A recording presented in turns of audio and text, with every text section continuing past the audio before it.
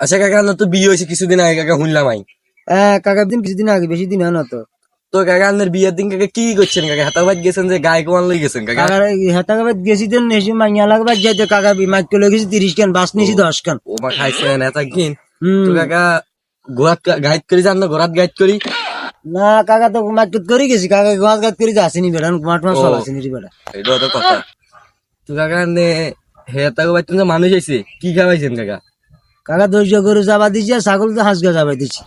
ও মা খাইছেন এত গিন।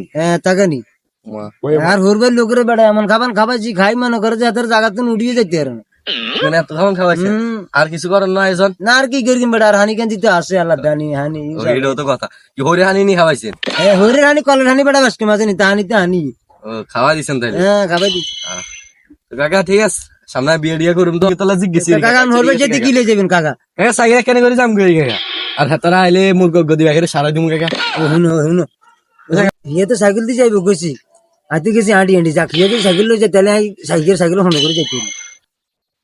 আর হিয়ে তো মনে করেন যে মুরগা টুরগা খাওয়াইব কইছে, হাতে ডাইল আলে বাত্তা দিয়ে ঝাড়াই দিছি।